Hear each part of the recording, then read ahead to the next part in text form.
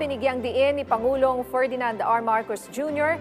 ang kahalagahan ng pagpapalalim ng strategic partnership ng Pilipinas sa Australia sa gitna ng mabilis na pagbabago ng mundo. Sa kanyang pagharap sa Australian Parliament, sinabi ng Pangulo na isang milestone ang pagpapatibay ng strategic partnership ng dalawang bansa. Noong nakaraang taon, sa pagsisikap na bumuo ng oportunidad para sa mamamayan at isulong ang kapayapaan sa rehiyon.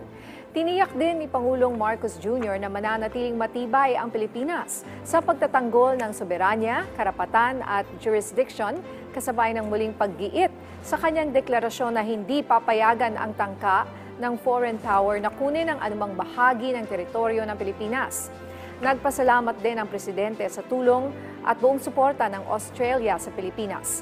Tiwala ang Pangulo na mananatiling magkasama ang dalawang bansa sa pagkakaroon ng shared values at pagtutulungan sa pamamagitan ng bayanihan at mateship.